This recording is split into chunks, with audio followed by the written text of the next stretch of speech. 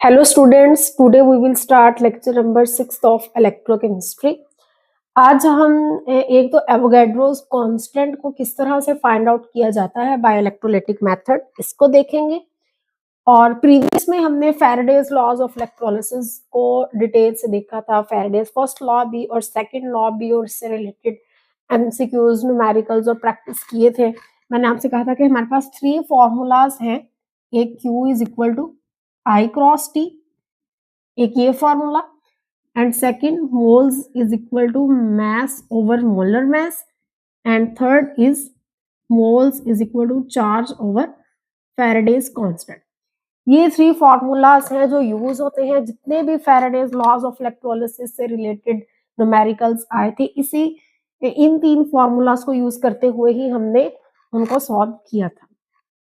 आज जो हमने पढ़ना है वो है कि एवोगैड्रोस कांस्टेंट को हम किस तरह से फाइंड कर सकते हैं बाय इलेक्ट्रोलाइटिक मेथड। यानी हमने प्रूफ करना है कि जो एवोगैड्रोस कांस्टेंट है इसको Na से रिप्रेजेंट करते हैं, और ये जो एवोगैड्रोस कांस्टेंट है ये रिप्रेजेंट करता है नंबर ऑफ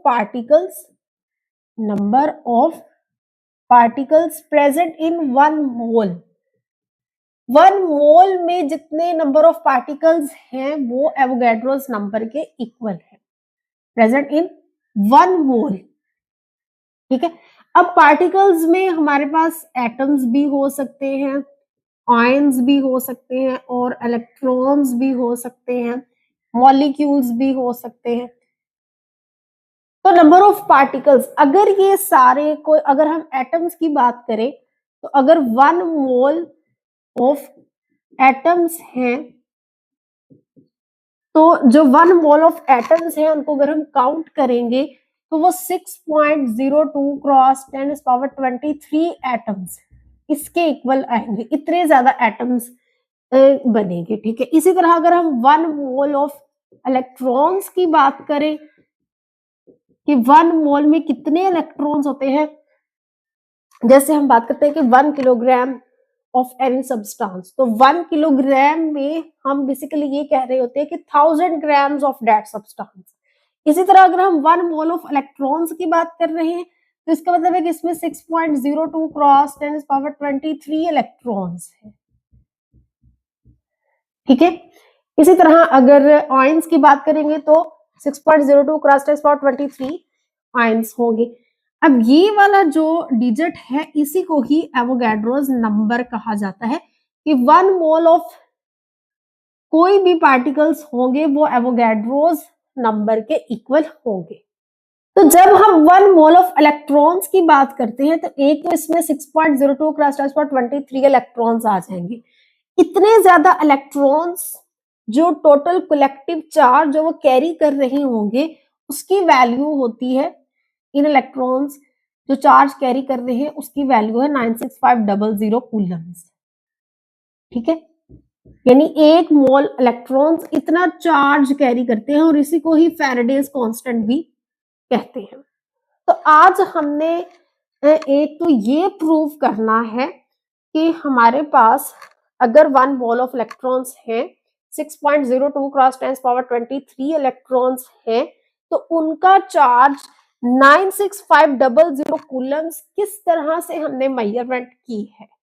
ठीक है, एक तो आज हमने इसको प्रूव करना है कि ये थ्रू एक्सपेरिमेंट्स किस तरह से नंबर आया है, और सेकंड थिंग जो आज हम इस वीडियो लेक्चर में देखेंगे वो ये है कि 6.02 क्रॉस 10⁻23 इलेक्ट्रॉन्स का चार्ज तो इतना है, लेकिन एक सिंगल इलेक्ट्रॉन जो कि माइक्रोस्कोपिक है, वेरी टाइनी अगर इलेक्ट्रॉन है तो उसका चार्ज कितना है, चार्ज ऑन सिंगल इलेक्ट्रॉन वो क्या है, वो भी आज हम डिस्कस करेंगे। चार्ज ऑन सिंगल इलेक्ट्रॉन, ये तो इतनी बड़ी क्वांटिटी के इलेक्ट्रॉन्स का टोटल चार्ज है ना, तो अगर इतनी क्वांटिटी में से हम सिर्फ एक इलेक्ट्रॉन पिकअप कर ले तो उसका चार्ज क्या होगा, वो भी आज हम इसी वीडियो लेक्चर में देखेंगे। तो हमारे पास जो फॉर्मूला है वो ये है कि जो एवोगैड्रोस नंबर है वो इज इक्वल टू है charge on 1 mole of electron over charge on single electron, charge on one electron. ठीक है, इस फॉर्मूला के थ्रू हम एवोगैड्रोस नंबर को प्रूव कर सकते हैं इलेक्ट्रोलाइटिक मेथड के थ्रू। देखिए, जो charge on one mole of electrons है, इसको भी अभी हम एक्सपेरिमेंट के साथ देखेंगे कि कितना चार्ज आता है, और जो चार्ज ऑन सिंगल इलेक्ट्रॉन है, ये भी इलेक्ट्रोलाइटिक मेथड का ही एक्सपेरिमेंट है, उसे परफॉर्म करेंगे। उसके बाद हमें इन दोनों की वैल्यूज आ जाएंगी। जब हम इनको डिवाइड करेंगे तो हमारे पास वो एवोगाड्रोस नंबर के इक्वल आ जाएगा। अब ये जो charge on one mole of electron है और चार्ज ऑन वन इलेक्ट्रॉन है, इसको अब हमने फाइंड आउट करना है बाय इलेक्ट्रोलाइटिक मेथड, और फिर हम उसके एक्सपेरिमेंट के बाद कैलकुलेशंस करेंगे। कैलकुलेशंस के बाद जो आंसर्स आएंगे वो यहाँ पे पुट करेंगे, तो वो एवोगाड्रोस नंबर के इक्वल आ जाएंगे। देखिए, जो चार्ज ऑन सिंगल इलेक्ट्रॉन है ना, ये इलेक्ट्रोलाइटिक मेथड के थ्रू तो अभी हम परफॉर्म करेंगे और देखेंगे कि क्या वैल्यू आती है। लेकिन इसके अलावा भी जो चार्ज ऑन एक सिंगल इलेक्ट्रॉन का चार्ज भी मेजरमेंट की गई है, मिलिकन ऑयल ड्रॉप मेथड्स के थ्रू की गई है। उसकी जो वैल्यू आती है 1.6 क्रॉस 10⁻⁻19 कूलम्स आती है। ठीक है, ये है एक सिंगल इलेक्ट्रॉन के ऊपर जो चार्ज जो वो कैरी कर रहा है। और charge on one mole of electrons का चार्ज वो भी हमें पता है 96500 कूलम्स है। अब ये दोनों वैल्यूज कहां से आई हैं, ये इलेक्ट्रोलाइटिक मेथड वाला एक्सपेरिमेंट परफॉर्म किया गया था, वो भी अभी हम देखेंगे। लेकिन हमारे पास ये रफ वैल्यूज हैं जो हमने याद करनी है, हमें पता है इन वैल्यूज का। अगर हम इनको यहाँ पर पुट करते हैं तो हमारे पास सिंपल, इनको अगर आप डिवाइड करोगे तो आंसर एवोगाड्रोस नंबर के इक्वल ही आएगा। ये जो अभी हमने कैलकुलेशंस की हैं, ये है theoretical calculations without any experiment. हम थ्योरेटिकली भी प्रूव कर सकते हैं कि किस तरह से charge on one mole of electron, charge on one electron को डिवाइड करें तो एवोगाड्रोस नंबर के इक्वल आ जाता है। अब ये जो चार्ज ऑन वन इलेक्ट्रॉन है, इसकी वैल्यू ये वाली जो है, ये एक मिलिकन ऑयल ड्रॉप मेथड के थ्रू भी फाइंड आउट की गई थी। अब हम छोटा सा मिलिकन ऑयल ड्रॉप मेथड है, उसका बस हम थोड़ा सा कंसेप्ट लेंगे, फिर हम नेक्स्ट इलेक्ट्रोलाइटिक मेथड के थ्रू ही इसको परफॉर्म करेंगे। अब हम देखते हैं कि जो चार्ज ऑन वन इलेक्ट्रॉन है, सिंगल इलेक्ट्रॉन, उसका चार्ज, उसकी वैल्यू है 1.6 क्रॉस 10⁻⁻19 कूलम्स, और ये एक मिलिकन ऑयल ड्रॉप मेथड के थ्रू फाइंड आउट की गई थी, मिलिकन ऑयल ड्रॉप मेथड। अब हम मिलिकन ऑयल ड्रॉप मेथड थोड़ा सा देख लेते हैं कि किस तरह से था। कि यहाँ पर हमने इसके एक्सपेरिमेंट में यूं था कि टू चार्ज्ड मेटल प्लेट्स ली थी मिलिकन ने।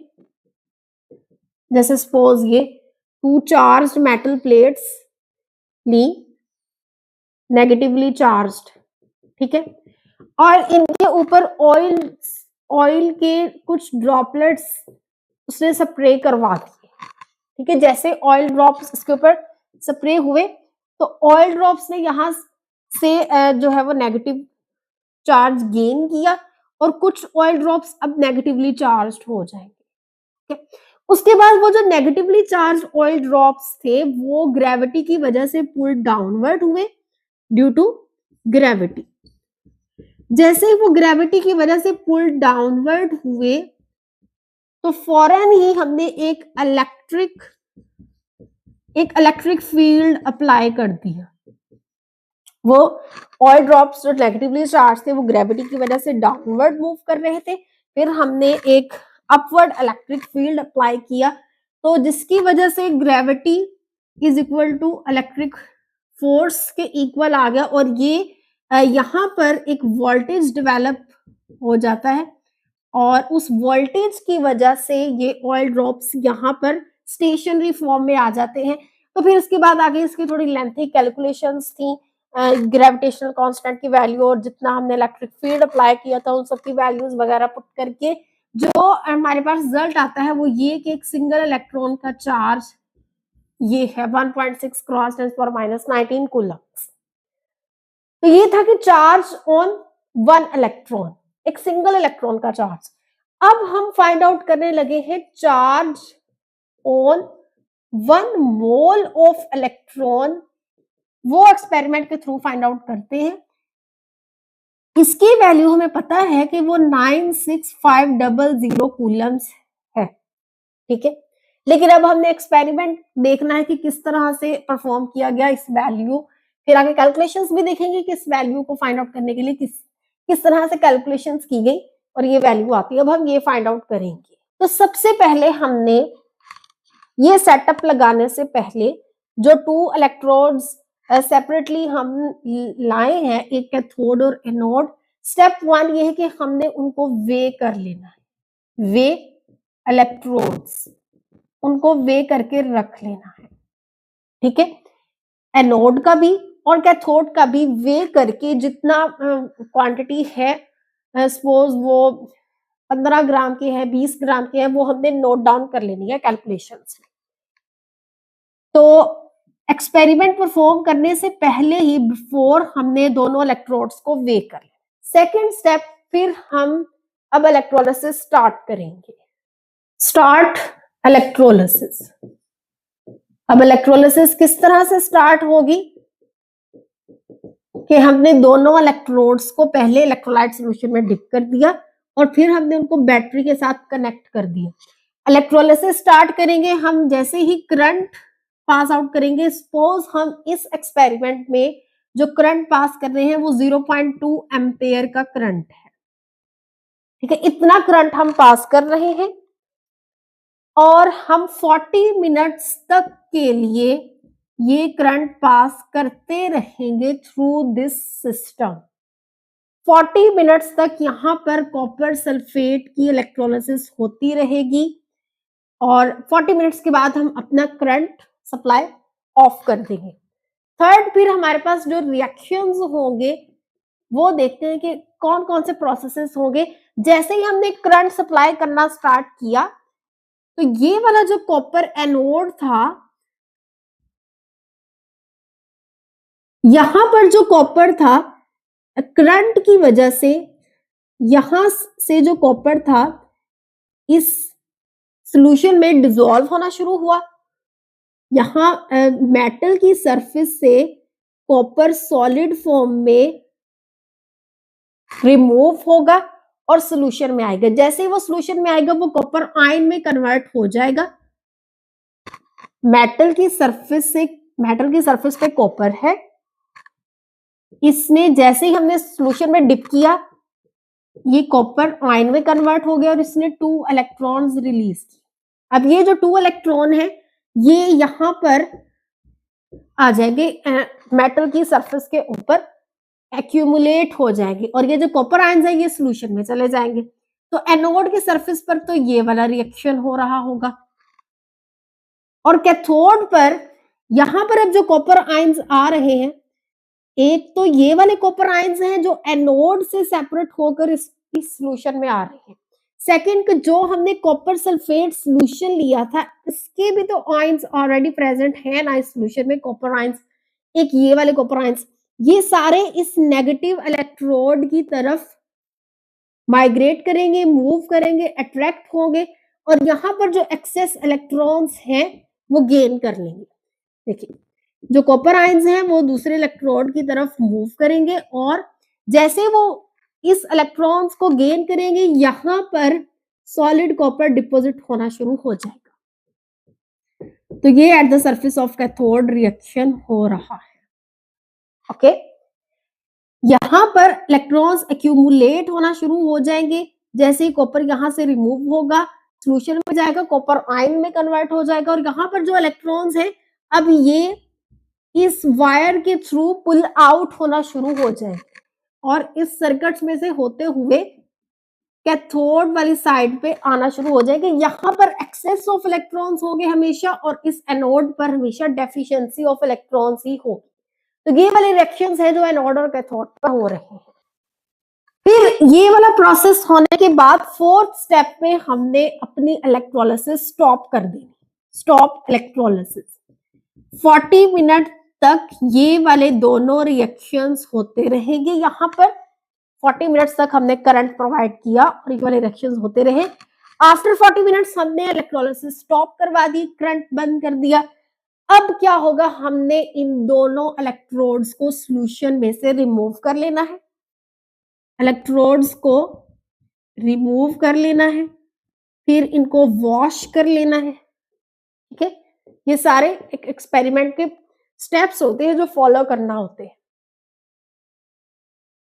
वॉश करने के बाद फिर हमने इनको दोबारा से वे कर लेना। देखो, जब हाँ इलेक्ट्रोलिसिस नहीं थी तो ये वाला जो एनोड था इसको हमने वे करके अपनी जो नंबर था वो हमने नोट डाउन कर लिया था। इलेक्ट्रोलिसिस के बाद अब यहाँ इसकी सरफेस में से जो कॉपर है वो रिमूव हुआ है ना, कॉपर यहाँ से लॉस हुआ है और सॉल्यूशन में गया है। तो इलेक्ट्रोलिसिस के बाद जो एनोड का वेट होगा, जो एनोड का वेट होगा वो लेस होगा। ठीक है, और जो कैथोड का वेट होगा वो ज्यादा होगा, वो ज्यादा होगा, क्योंकि यहां पर अब इलेक्ट्रोलिसिस से पहले ये सरफेस बिल्कुल ब्लैंक थी, लेकिन इलेक्ट्रोलिसिस के बाद यहाँ पर अब कॉपर आयन डिपॉजिट हो गया, इस वजह से इसका वेट ज्यादा हो गया, लेकिन यहाँ से कॉपर रिमूव हुआ इसलिए इसका वेट कम हो गया।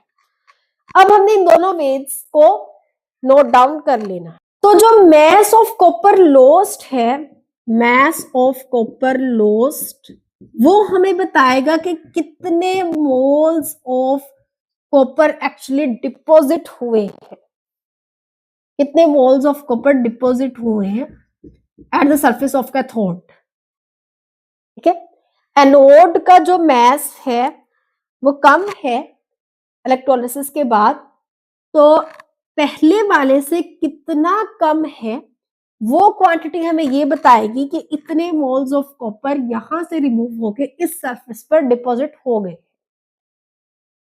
तो जब हमें मोल्स ऑफ कॉपर पता चल जाएंगे तो हम मोल्स ऑफ इलेक्ट्रॉन भी फाइंड आउट कर लेंगे कि इतने इलेक्ट्रॉन्स इस एनोड ने कंज्यूम किए और फिर अपना कॉपर लॉस किया अपनी सरफेस में से। तो इनडायरेक्टली हम इस तरह से moles of electrons find out कर लेंगे। जैसे हमने moles of electrons find out कर लिए, उसके बाद हम उसका चार्ज भी फाइंड कर लेंगे। तो यहाँ पर अब हम इसी प्रोसीजर के साथ होने वाली जो कैलकुलेशंस है उनको सॉल्व करते हैं। तो अब हम अपना कैलकुलेशन वर्क करते हैं यहीं पर।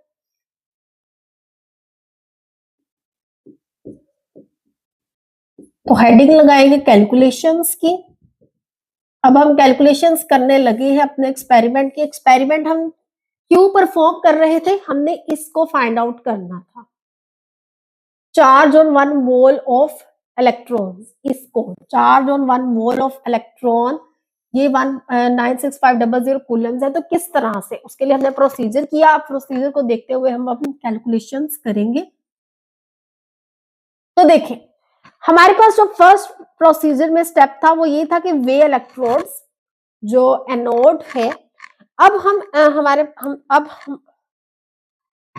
अब समझने वाली बात यह है कि हमने जो एनोड वाला इलेक्ट्रोड है ना, इसी को ही अंडर कंसीडर करना है, क्योंकि एनोड में से जितना कॉपर लॉस हुआ है वही हमें बता देगा कि कितने मोल्स ऑफ इलेक्ट्रॉन्स कंज्यूम हुए हैं ड्यूरिंग एक्सपेरिमेंट, और उसी के थ्रू हम उसका चार्ज भी फाइंड आउट कर लेंगे।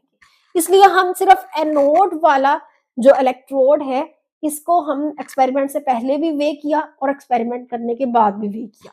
तो एक्सपेरिमेंट करने से पहले जो वे किया था बिफोर, वो हमारे पास वैल्यू थी 56.530 ग्राम्स।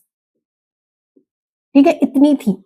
लेकिन पूरी इलेक्ट्रोलिसिस करने के बाद उसको जब वे किया तो वो 56.393 ग्राम्स है, इतने ग्राम्स है। ऑफ कोर्स कम ही होगा ना, ये 530 ये 393 ग्राम है। कम क्यों हुआ है, ये क्वांटिटी हमें ये बता रही है कि इतना कॉपर उस इलेक्ट्रोड की सरफेस से रिमूव हो गया है और वो सॉल्यूशन में चला गया था। अब हमारे पास जो मैस लॉस आया है मास लॉस कैसे फाइंड आउट करेंगे कि बिफोर वाले मास में से आफ्टर वाले मास को माइनस कर देंगे तो हमारे पास इतने ग्राम्स ऑफ कॉपर है जो एक्चुअली लूज हुआ।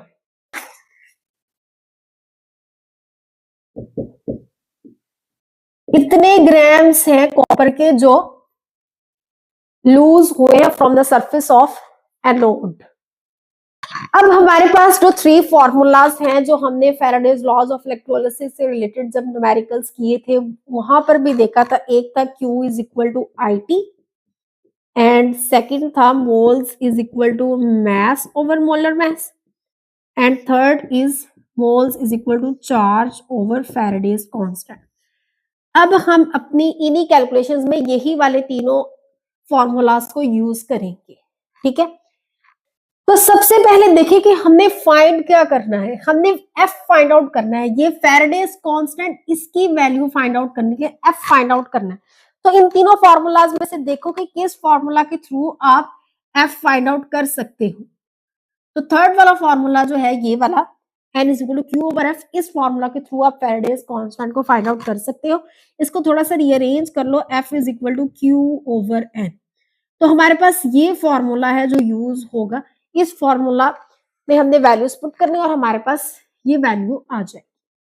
ठीक है, ये थ्योरेटिकल वैल्यू है जो फैराडेज ने मेजरमेंट्स की थी। अब हमने एक रैंडम एक्सपेरिमेंट परफॉर्म किया। अब हमने कहना है कि भाई हमारी जो वैल्यू आई है फैराडेज कांस्टेंट की वो भी यही आई है या इससे थोड़ी बहुत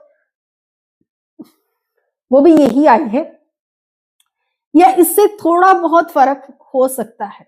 ठीक है, तो हमारे पास ये वाला फॉर्मूला यूज होगा। अब हमारे पास ना ही चार्ज है, Q भी नहीं है और N मोल्स भी नहीं है। अब हमने Q और N दोनों वैल्यूज फाइंड आउट करनी है और इस फॉर्मूला में पुट कर देनी है।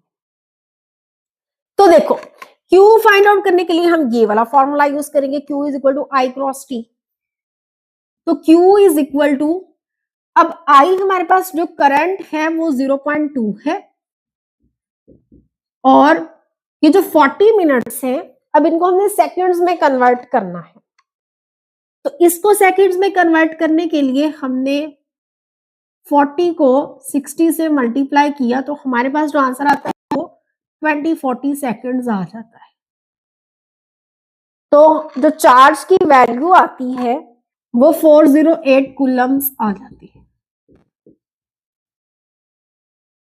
ठीक है, अब Q तो हमारे पास आ गया है लेकिन अब हमने मोल्स फाइंड आउट करने हैं। देखिए ये वाला जो फॉर्मूला है ये प्योरली फॉर इलेक्ट्रॉन्स के लिए यूज होता है। यहाँ पर जो N है ये मोल्स ऑफ इलेक्ट्रॉन्स है, Q चार्ज ऑफ इलेक्ट्रॉन्स और फैराडेज कांस्टेंट ये इलेक्ट्रॉन्स को रिप्रेजेंट करता है। अब यहाँ पर जो N है ये मोल्स ऑफ इलेक्ट्रॉन्स है, ये अब अपने फाइंड आउट करने हैं। तो अब हम अपनी इक्वेशन में से देखेंगे ये एनोड वाली, एनोड को ही हमने सिर्फ अंडर कंसीडर किया है।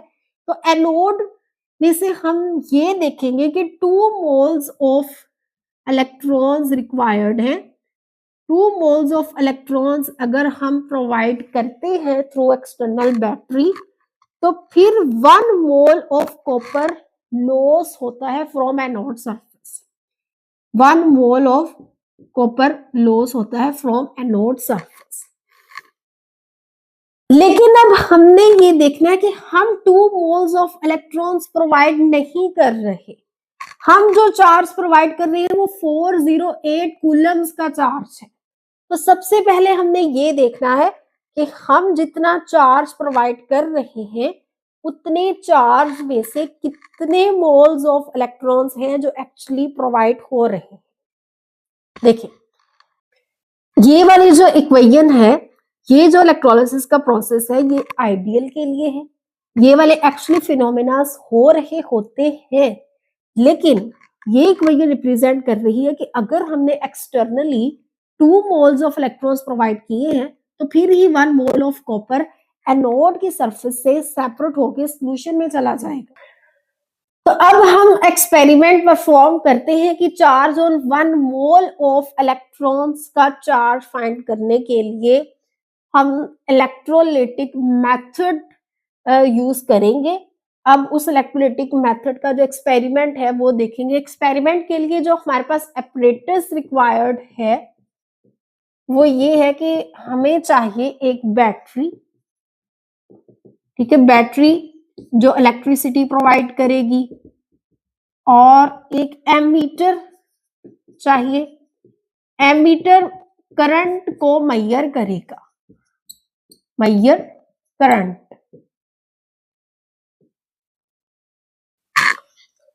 थर्ड नंबर पे एक वेरिएबल रेजिस्टर रिक्वायर्ड है।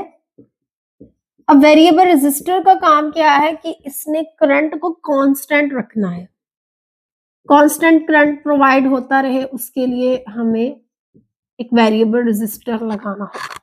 फोर्थ पे एक कैथोड जो इलेक्ट्रोड है कॉपर का, और एनोड भी कॉपर का होगा, और जो इलेक्ट्रोलाइट हम लेंगे उसमें भी कॉपर सॉल्यूशन का ही होगा, like copper sulphate electrolyte solution लेंगे एक्वस, ठीक है।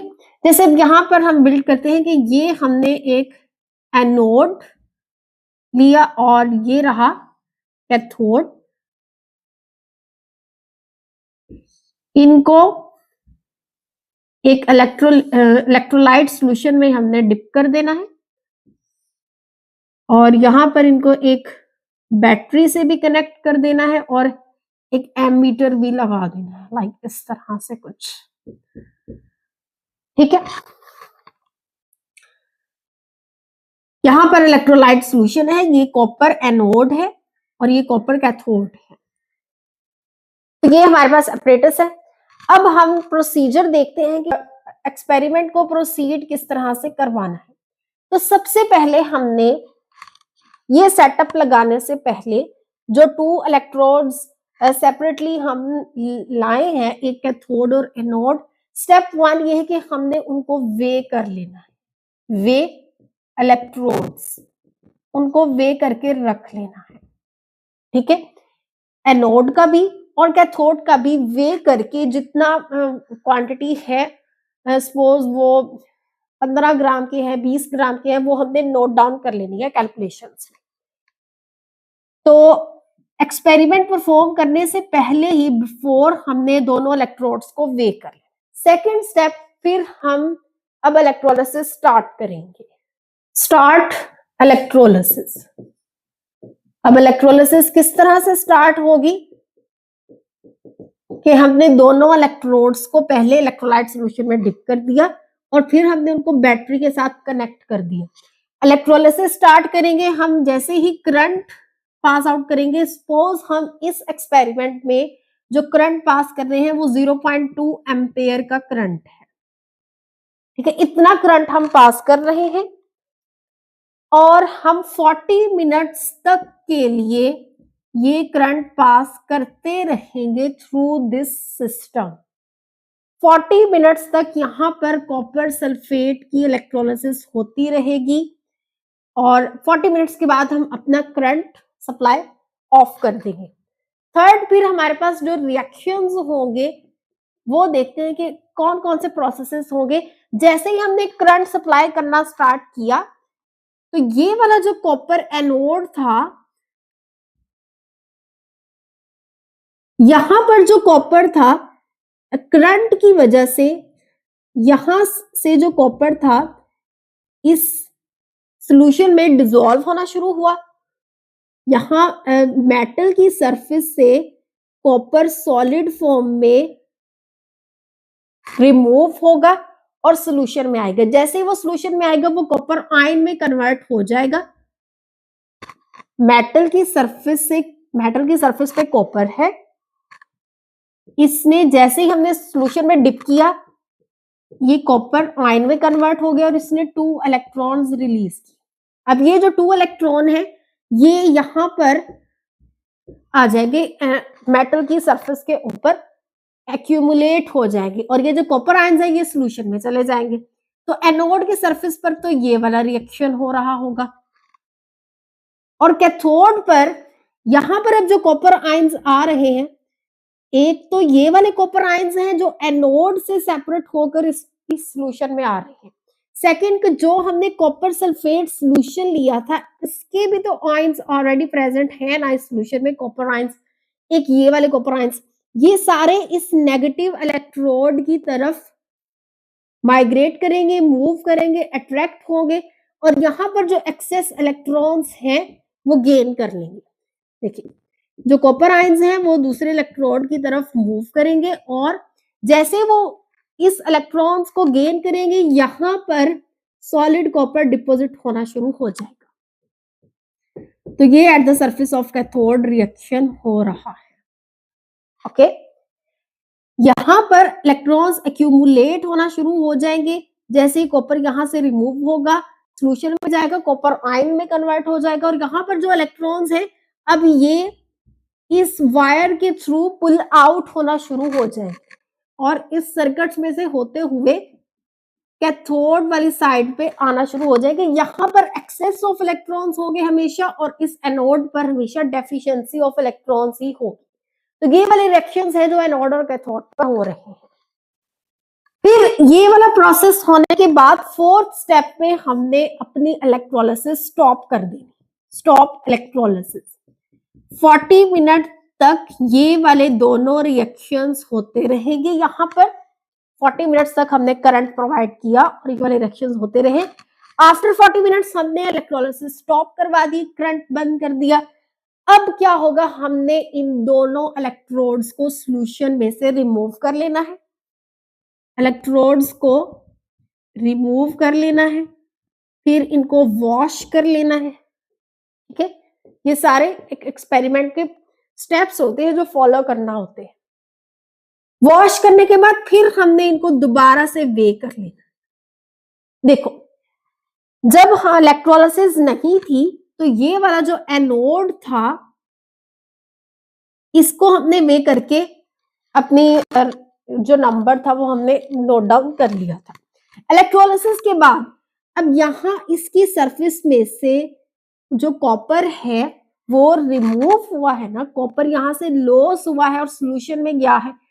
तो इलेक्ट्रोलिसिस के बाद जो एनोड का वेट होगा, जो एनोड का वेट होगा वो लेस होगा, ठीक है, और जो कैथोड का वेट होगा वो ज्यादा होगा, वो ज्यादा होगा, क्योंकि यहां पर अब इलेक्ट्रोलिसिस से पहले ये सरफेस बिल्कुल ब्लैंक थी, लेकिन इलेक्ट्रोलिसिस के बाद यहाँ पर अब कॉपर आयन डिपॉजिट हो गया, इस वजह से इसका वेट ज्यादा हो गया, लेकिन यहाँ से कॉपर रिमूव हुआ इसलिए इसका वेट कम हो गया।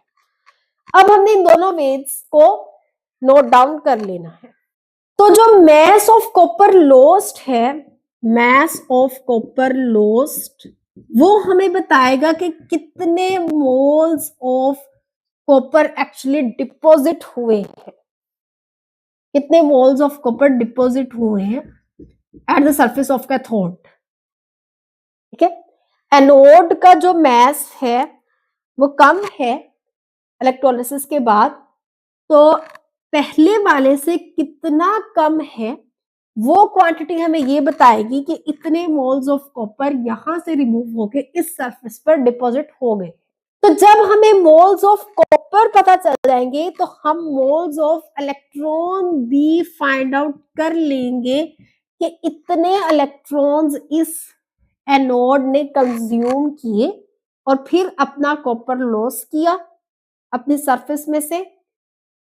तो इनडायरेक्टली हम इस तरह से moles of electrons find out कर लेंगे। जैसे ही हमने moles of electrons find out कर लिए उसके बाद हम उसका चार्ज भी फाइंड कर लेंगे। तो यहाँ पर अब हम इसी प्रोसीजर के साथ होने वाली जो कैलकुलेशंस है उनको सॉल्व करते हैं। तो अब हम अपना कैलकुलेशन वर्क करते हैं यहीं पर।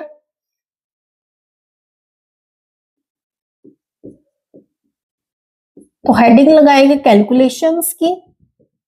अब हम कैलकुलेशंस करने लगे हैं अपने एक्सपेरिमेंट की। एक्सपेरिमेंट हम क्यों परफॉर्म कर रहे थे, हमने इसको फाइंड आउट करना था, charge on 1 mole of electron, इसको charge on 1 mole of electron, ये 196500 कूलम्स है। तो किस तरह से, उसके लिए हमने प्रोसीजर किया। आप प्रोसीजर को देखते हुए हम अपनी कैलकुलेशंस करेंगे।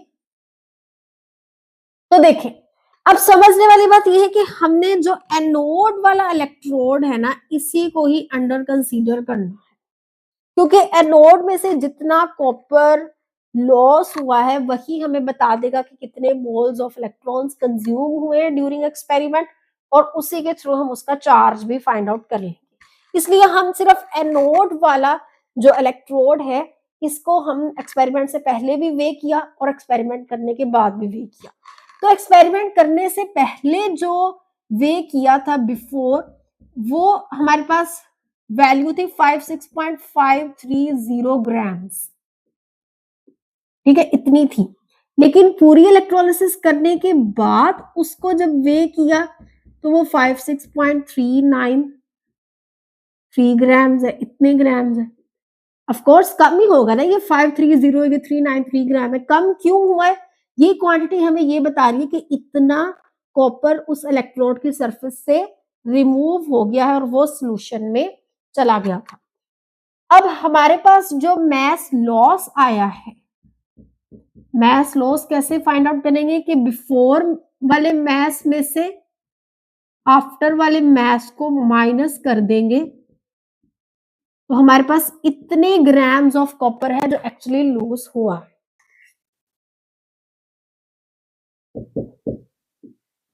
इतने ग्राम्स है कॉपर के जो लूज हुए from the surface of anode. अब हमारे पास जो 3 फॉर्मूलाज हैं जो हमने फैराडेज लॉज ऑफ इलेक्ट्रोलिसिस से रिलेटेड जब न्यूमेरिकल्स किए थे वहां पर भी देखा था। एक था Q is equal to IT and second था moles is equal to mass over molar mass and third is moles is equal to charge over Faraday's constant. अब हम अपनी इन्हीं कैलकुलेशंस में यही वाले तीनों फॉर्मूलाज को यूज करेंगे, ठीक है। तो सबसे पहले देखिए कि हमने फाइंड क्या करना है, हमने F फाइंड आउट करना है। ये फैराडेज कांस्टेंट, इसकी वैल्यू फाइंड आउट करने के लिए F फाइंड आउट करना है। तो इन तीनों फॉर्मूलाज में से देखो कि किस फॉर्मूला के थ्रू आप F फाइंड आउट कर सकते हो। तो थर्ड वाला फॉर्मूला जो है ये वाला N is equal to Q over F, इस फॉर्मूला के थ्रू आप फैराडेज कांस्टेंट को फाइंड आउट कर सकते हो। इसको थोड़ा सा रीअरेंज कर लो, F is equal to Q over N। तो हमारे पास ये फॉर्मूला है जो यूज होगा। इस फॉर्मूला में हमने वैल्यूज पुट करने और हमारे पास ये वैल्यू आ जाए, ठीक है। ये थ्योरेटिकल वैल्यू है जो फैराडेज ने मेजरमेंट्स की थी। अब हमने एक रैंडम एक्सपेरिमेंट परफॉर्म किया। अब हमने कहना है कि भाई हमारी जो वैल्यू आई है फैराडेज कांस्टेंट की वो भी यही आई है या इससे थोड़ा बहुत फर्क हो सकता है, ठीक है। तो हमारे पास ये वाला फॉर्मूला यूज होगा। अब हमारे पास ना ही चार्ज है, Q भी नहीं है और N मोल्स भी नहीं है। अब हमने Q और N दोनों वैल्यूज फाइंड आउट करनी है और इस फॉर्मूला में पुट कर देनी है। तो देखो Q फाइंड आउट करने के लिए हम ये वाला फॉर्मूला यूज करेंगे, Q is equal to I cross T। तो Q इज इक्वल टू, अब I हमारे पास जो करंट है वो 0.2 है और ये जो 40 मिनट्स है अब इनको हमने सेकंड्स में कन्वर्ट करना है। तो इसको सेकंड्स में कन्वर्ट करने के लिए हमने 40 को 60 से मल्टीप्लाई किया तो हमारे पास जो आंसर आता है वो 20-40 सेकंड्स आ जाता है। तो जो चार्ज की वैल्यू आती है वो 408 कूलम्स आ जाती है, ठीक है। अब Q तो हमारे पास आ गया है, लेकिन अब हमने मोल्स फाइंड आउट करने हैं। देखिए ये वाला जो फॉर्मूला है ये प्योरली फॉर इलेक्ट्रॉन्स के लिए यूज होता है। यहाँ पर जो N है ये मोल्स ऑफ इलेक्ट्रॉन्स है, Q चार्ज ऑफ इलेक्ट्रॉन्स और फैराडेज कांस्टेंट ये इलेक्ट्रॉन्स को रिप्रेजेंट करता है। अब यहाँ पर जो N है ये मोल्स ऑफ इलेक्ट्रॉन्स है, ये अब अपने फाइंड आउट करने हैं। ये जो इक्वेशन है ये हमें ये बता रही है कि 1 मोल कॉपर अगर एनोड की सरफेस से रिमूव होगा तो उसके लिए 2 मोल्स ऑफ इलेक्ट्रॉन्स रिक्वायर्ड है, ठीक है। लेकिन हम अपने एक्सपेरिमेंट में देख रहे हैं कि हमारे पास 1 मोल कॉपर एनोड की सरफेस से रिमूव नहीं हो रहा बल्कि 0.136 ग्राम्स रिमूव हो रहे हैं। यहां पर 1 मोल नहीं बल्कि 0.136 ग्राम्स। 1 मोल का मतलब है, देखिए ये जो 1 मोल है इसका मतलब यही है ना कि 6.02 क्रॉस 10 पावर 23 इतने एटम्स ऑफ कॉपर रिमूव हो रहे हैं। लेकिन हमारे पास इतने ज्यादा ग्राम्स या इतने ज्यादा एटम्स ऑफ कॉपर रिमूव नहीं हो रहे, just 0.136 grams of copper remove हो रहे हैं। तो पहले इन ग्राम्स को भी हम मोल में कन्वर्ट करते हैं कि मोल्स इज इक्वल टू है मास ओवर मोलर मास। मास तो 0.136 डिवाइडेड बाय मोलर मास 63.5। तो जब इसको डिवाइड करेंगे तो आंसर आता है 2.14 क्रॉस 10 पावर -3 मोल। हमारे पास 1 मोल ऑफ कॉपर रिमूव नहीं हो रहा, बल्कि 2.14 क्रॉस 10 पावर -3 इतना मोल ऑफ कॉपर रिमूव हो रहा है फ्रॉम सरफेस ऑफ एनोड। तो अगर 1 मोल कॉपर के लिए 2 मोल ऑफ इलेक्ट्रॉन्स चाहिए, तो अगर 1 की बजाय 2.14 cross 10 power -3 moles of copper है, तो फिर कितने मोल्स ऑफ इलेक्ट्रॉन्स चाहिए होंगे? Simple 2 multiply by 2.14 cross 10 power -3 इतने मोल ऑफ इलेक्ट्रॉन्स चाहिए होंगे। ठीक है, तो इसको जब हम मल्टीप्लाई करेंगे तो आंसर आ जाएगा 4.28 क्रॉस 10 पावर -3 इतने मोल ऑफ इलेक्ट्रॉन्स चाहिए for 2.14 cross 10 power -3 moles of copper deposit होने के लिए। ठीक है, ज्यादा मैसी तो नहीं होगी कैलकुलेशंस। ये वाला जो स्टेप है इसको भी आपने देखना है। देखें तीनों फॉर्मूलाज जो हमने लिखे थे वो तीनों यूटिलाइज हुए हैं हमारे पास, कि ये हमने इक्वेशन के थ्रू फाइंड आउट किया।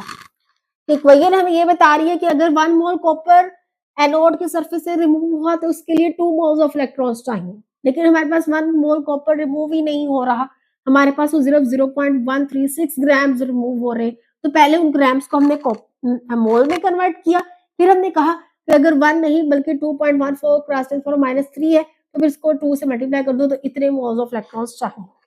अब हमारे पास इस फॉर्मूला में Q की वैल्यू भी आ गई है विच इज 408 और मोल्स ऑफ इलेक्ट्रॉन्स भी आ गए हैं विच इज 4.28 क्रॉस 10 पावर -3। तो जब अब आप इसको कैलकुलेटर के थ्रू जब कैलकुलेट करोगे तो आंसर आता है 9.53 क्रॉस 10 पावर 4 कूलम्स। तो ये वैल्यू आई है जो हमने एक्सपेरिमेंट परफॉर्म किया, हमने जो कैलकुलेशंस की उसके थ्रू जो फैराडेज कांस्टेंट की वैल्यू आई है वो आई है ये। लेकिन जो फैराडेज की एक्चुअल में वैल्यू है वो है 96500। तो ये जो डिफरेंस आया है दिस इज माइनर डिफरेंस, इससे कोई इतना ज्यादा इफेक्ट नहीं पड़ रहा। ये डिफरेंस हम जो एक्सपेरिमेंट कर रहे हैं उसमें थोड़ा बहुत लॉसेस की वजह से थोड़ी इनएक्यूरेसीज आ जाती है वे करने में, उसकी वजह से जो इतना जो एरर आ जाता है ये एक्सेप्टेबल होता है। ठीक है, तो ये अब हमने फाइंड आउट कर लिया Faraday's constant through our experiment. तो अब जो हमने कहा था कि चार्ज ऑन सिंगल इलेक्ट्रॉन है 1.6 क्रॉस 10 पावर -19 कूलम है, जो मिलिकन ऑयल ड्रॉप मेथड के थ्रू आया है वो ये है। लेकिन हमने जो इलेक्ट्रोलिटिक मेथड परफॉर्म किया, ऑपरेटर्स देखा, प्रोसीजर देखा, कैलकुलेशंस की, अब उसके लिहाज से भी हम जरा इस वैल्यू को फाइंड आउट करेंगे कि क्या ये बाकी ठीक है। जैसे हमने अभी फॉर्मूला देखा था कि Avogadro's constant is equal to है charge on 1 mole of electron over charge on 1 electron, यही देखा है ना। अब हमने यहां से charge on 1 electron find out करना है, तो इसको डिनोमिनेटर से मैं यहाँ लेफ्ट साइड पे शिफ्ट कर देते हैं। चार्ज ऑन 1 इलेक्ट्रॉन वो आ जाएगा charge on 1 mole of electron, जो अभी हमने कैलकुलेट किया अपने एक्सपेरिमेंट से, ना कि फैराडेज की वैल्यू से, ओवर एवोगैड्रोस कांस्टेंट। तो अब हमने जो अपना एक्सपेरिमेंट किया उसके मुताबिक ये वैल्यू आई 9.53 क्रॉस 10 पावर 4, यही है ये ना charge on 1 mole of electron. और जो एवोगैड्रोस कांस्टेंट की वैल्यू है वो है 6.02 क्रॉस 10 पावर 23। तो जब हम इसको कैलकुलेटर के थ्रू कैलकुलेट करते हैं तो आंसर आता है 1.58 cross 10 power -19 Coulomb's, which is also in good agreement with Millikan oil drop method for charge on single electron। यहाँ पर भी जो थोड़ा बहुत जो एरर आया है, थोड़ा बहुत जो फर्क आया है वो एक्सेप्टेबल है, ठीक है। तो यहाँ तक अब हमने देखा कि हम अपने एक्सपेरिमेंट के थ्रू हमने चार्ज ऑन सिंगल इलेक्ट्रॉन ये भी फाइंड आउट किया और charge on 1 mole of electron ये भी फाइंड आउट किया और हमने प्रूव किया कि ये दोनों वैल्यूज इन गुड एग्रीमेंट है with theoretical values of charge on single electron and charge on 1 mole of electron. अब एक क्विक चेक है, उसमें 2 न्यूमेरिकल्स है छोटे छोटे, उनको परफॉर्म करते हैं। यही वाले फॉर्मूलाज लगेंगे, ये तीनों वाले फॉर्मूलाज जो हमने प्रीवियस लेक्चर में फेरेडेज लॉज ऑफ इलेक्ट्रोलिसिस पर भी यही तीनों फॉर्मूलाज लगाए थे, इन्हीं को ही रीअरेंज किया था। अब नेक्स्ट जो हमने क्विक चेक में आने वाले 2 एक्सपेरिमेंट्स है उनमें यही तीनों फॉर्मूलाज लगने हैं, उनको भी फटाफट से देखते हैं। तो ये क्विक चेक का फर्स्ट क्वेश्चन है कि हमारे पास एक aqueous solution of silver nitrate था, उसको हमने इलेक्ट्रोलाइज किया और इलेक्ट्रोलाइज करने के बाद जो इलेक्ट्रोलाइट के सिल्वर आयंस थे वो कैथोड की तरफ माइग्रेट करके गए और कैथोड की सरफेस पर डिपॉजिट हो गए। अब हमने ये बताना है कि वो मास ऑफ डिपॉजिटेड सिल्वर कितना है और हमने जो टाइम दिया है वो 35 मिनट्स और जो करंट प्रोवाइड किया है वो है 0.18 एम्पेयर। इसको सेकंड्स में कन्वर्ट किया 35 क्रॉस 60, ये 2100 सेकंड आ जाएगा। तो देखिए हमारे पास वही जो 3 फॉर्मूलाज हैं, first is Q is equal to I cross T and second is moles is equal to mass over molar mass and third one is moles is equal to charge over Faraday's constant. यही वाले formulas use होंगे। तो देखो हमने mass find out करना है तो हमारे पास सेकंड फॉर्मूला लगेगा, ठीक है। लेकिन सेकंड फॉर्मूला के लिए हमारे पास ये जो मोल्स है ये नहीं है। देखिए हमारे पास फॉर्मूला है मास, अब आ जाएगा mass is equal to moles cross molar mass. अब mass of silver find out करना है ना, तो यहाँ पर जो मोल्स आएंगे वो भी मोल्स ऑफ सिल्वर आएंगे और जो मोलर मास है वो भी molar mass of silver use होगा। अब मोलर मास ऑफ सिल्वर आपको याद रखना है कि वो 108 होता है और जो मोल्स ऑफ सिल्वर है वो हम फाइंड आउट करते हैं। तो moles of silver find out करने के लिए हमारे पास n को फाइंड आउट करने के लिए जो सेकंड फॉर्मूला नजर आ रहा है वो ये वाला है, लेकिन ये फॉर्मूला सिर्फ इलेक्ट्रॉन्स के लिए एप्लीकेबल है, ये बात हम तो इसलिए सबसे पहले हम moles of electrons find out करेंगे इस फॉर्मूला को यूज करते हुए, फिर वहां से हम moles of silver find out कर लेंगे। तो देखिए जो हमारे पास कैथोड के सरफेस पे रिएक्शन हो रहा है वो ये हो रहा है, आइडियलाइज्ड रिएक्शन ये है। अब ये इक्वेशन इस चीज को रिप्रेजेंट कर रही है कि 1 मोल इलेक्ट्रॉन अगर हम प्रोवाइड करेंगे थ्रू एक्सटर्नल सर्किट तो फिर 1 मोल सिल्वर डिपॉजिट हो जाएगा। लेकिन सबसे पहले ये देखें कि क्या हम 1 मोल इलेक्ट्रॉन्स प्रोवाइड कर रहे हैं, हम जो चार्ज दे रहे हैं, हम जो करंट प्रोवाइड कर रहे हैं वो 0.18 एम्पेयर का है। सबसे पहले हम Q is equal to I cross T formula use करते हुए ये देखेंगे कि हम एक्चुअली कितना चार्ज प्रोवाइड कर रहे हैं। हम जितना चार्ज प्रोवाइड कर रहे हैं वहां से हम मोल्स ऑफ इलेक्ट्रॉन्स भी फाइंड आउट कर लेंगे कि एक्चुअली हम इतने मोल्स ऑफ इलेक्ट्रॉन सप्लाई कर रहे हैं। तो करंट जो हम सप्लाई किए है वो 0.18 है और जो टाइम है वो 2100 सेकेंड्स के लिए हमने इलेक्ट्रोलिसिस करवाई है।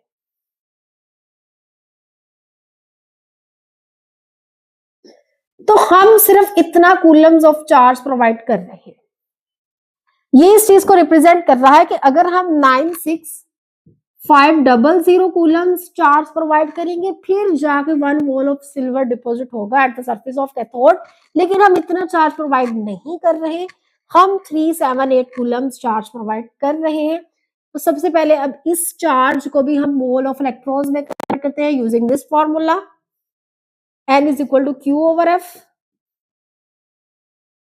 तो हमारे पास जो मोल्स ऑफ इलेक्ट्रॉन्स हैं वो आ जाएंगे 3.92 क्रॉस 10⁻³ मोल्स ऑफ इलेक्ट्रॉन्स।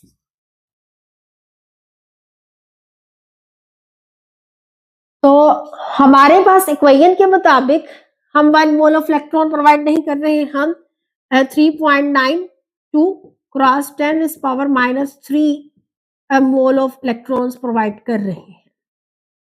तो अगर हम 1 मोल इलेक्ट्रॉन प्रोवाइड करेंगे तो 1 मोल सिल्वर डिपॉजिट होगा। अगर हम 3.92 cross 10⁻³ moles of electrons provide करेंगे तो ऑब्वियो 3.92 क्रॉस 10⁻³ मोल्स ऑफ सिल्वर ही डिपॉजिट होंगे at the surface of cathode. तो अब मोल्स ऑफ सिल्वर भी आ गए। अब अपने इस फॉर्मूला में पुट करते हैं कि मोल्स है 3.92 क्रॉस 10⁻³ और जो मोलर मास है वो है 108। तो इसको जब सॉल्व करेंगे तो आंसर आएगा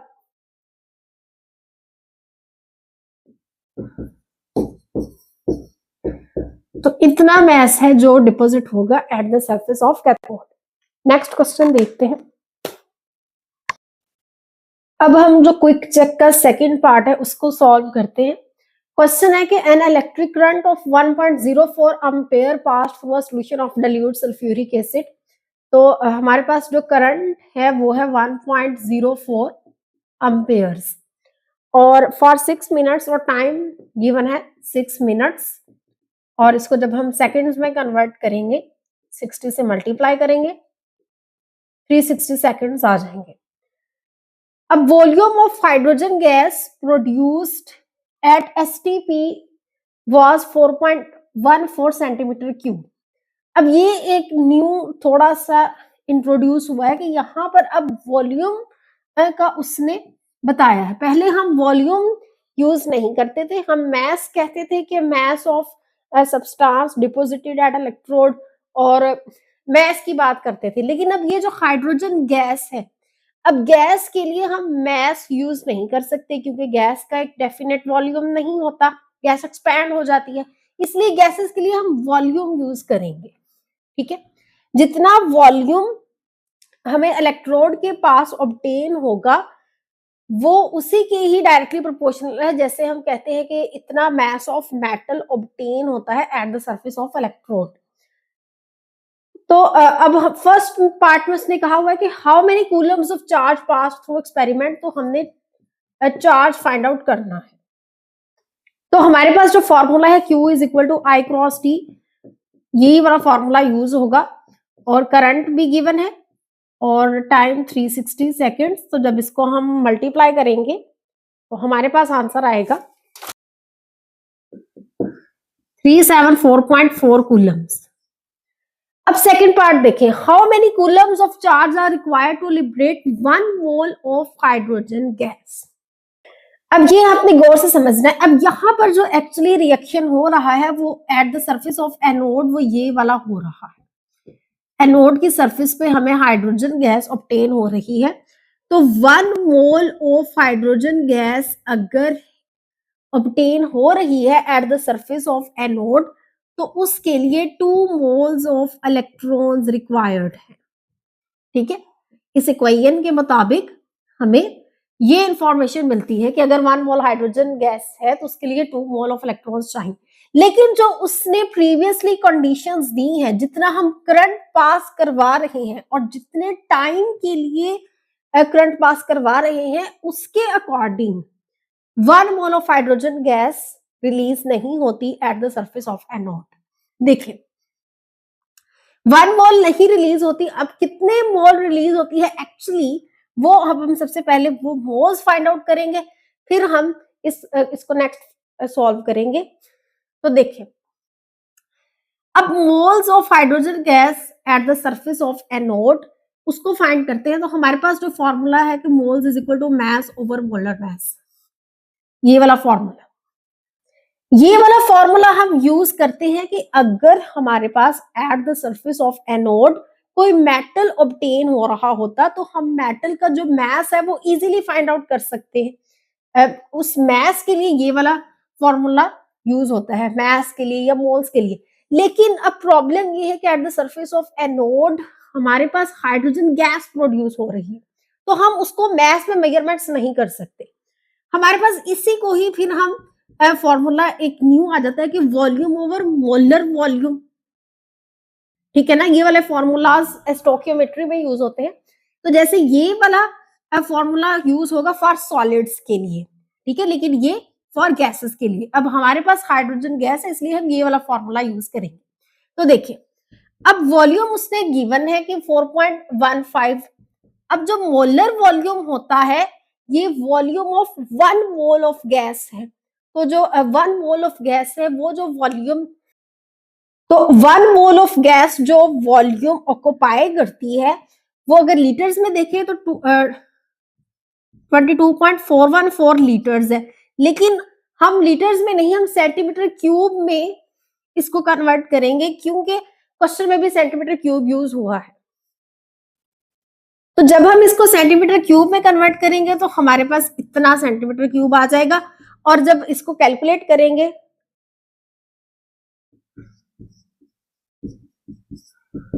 इतना मोल ऑफ हाइड्रोजन गैस है जो एक्चुअली प्रोड्यूस हो रहा है eight the surface of anode. ठीक है, तो 1 mole of hydrogen gas obtain नहीं हो रही बल्कि 1.85 cross 10⁻³ mole of hydrogen gas है जो ऑब्टेन हो रही है eight the surface of anode. तो इतने मोल्स ऑफ हाइड्रोजन गैस के लिए हम अगर 1 मोल ऑफ हाइड्रोजन गैस के लिए 2 मोल्स ऑफ इलेक्ट्रॉन्स चाहिए थे, तो अब 1 नहीं है बल्कि 1.85 क्रॉस 10⁻³ है। तो सिंपल अब 2 cross 1.85 cross 10⁻³ moles of electrons चाहिए होंगे इतने मोल of hydrogen gas at the surface of anode produce करने के लिए। तो इसकी आपको समझ में आई है। तो इतने जो है वो मोल्स ऑफ इलेक्ट्रॉन्स आ जाएंगे। इसको जब हम मल्टीप्लाई करेंगे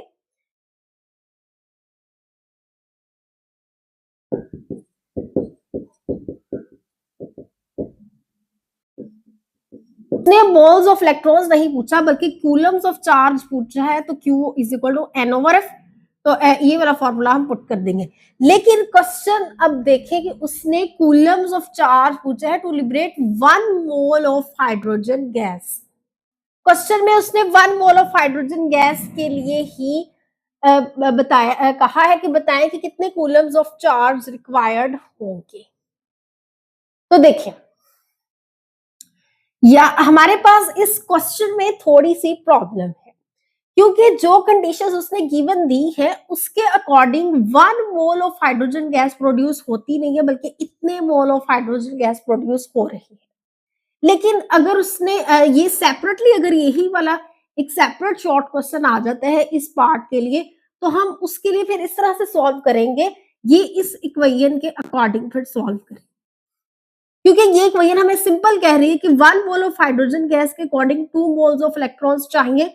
तो जो charge on 1 mole of electrons, वो आपको पता है कि जो 1 मोल ऑफ इलेक्ट्रॉन्स है वो 96500 कूलम्स चार्ज कैरी करते हैं।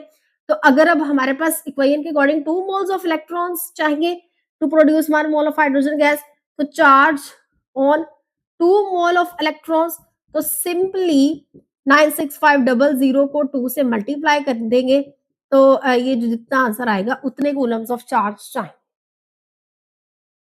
ठीक है, तो अगर ये वाला सेपरेट हम पार्ट सॉल्व करें तो वो सिंपल सिर्फ इतना सॉल्यूशन ही बनता है इसका, ये इतना, ये वाला कि जो 1 मोल ऑफ इलेक्ट्रॉन्स है वो 96500 कूलम्स चार्ज कैरी करते हैं। तो हमारे पास 2 मोल्स ऑफ इलेक्ट्रॉन्स का चार्ज अगर कैलकुलेट करना है तो सिंपल उसको 2 से मल्टीप्लाई कर देंगे क्योंकि क्वेश्चन में उसने यही पूछा है कि to liberate 1 mole of hydrogen gas की, तो 1 मोल ऑफ हाइड्रोजन गैस के लिए 2 मोल्स ऑफ इलेक्ट्रॉन्स ही चाहिए। तो 2 moles electrons charge 193,000 Coulomb's occupy carry करते हैं। लेकिन जो कंडीशंस उसने पहले दी है उसके according 1 mole of hydrogen gas obtain नहीं हो रही eight the surface of anode बल्कि इतना मोल ऑब्टेन हो रहा है। वो हमने किस तरह से कैलकुलेट किया है वो भी यूज कर लिया है। तो यहां तक हम अपने इस लेक्चर को वाइंड अप करते हैं। नेक्स्ट वीडियो भी जल्दी अपलोड होती है, तब तक के लिए आप पढ़ते रहें। All the very best. अस्सलाम वालेकुम।